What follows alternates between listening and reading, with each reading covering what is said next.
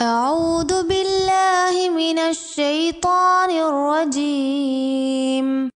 وأوحى ربك إلى النحل أن اتخذي من الجبال بيوتا ومن الشجر ومما يعرشون ثم كلي من كل الثمرات فاسلكي سبل ربك ذللا يخرج من بطونها شراب مختلف ألوانه فيه شفاء للناس إن في ذلك لآية لقوم يتفكرون.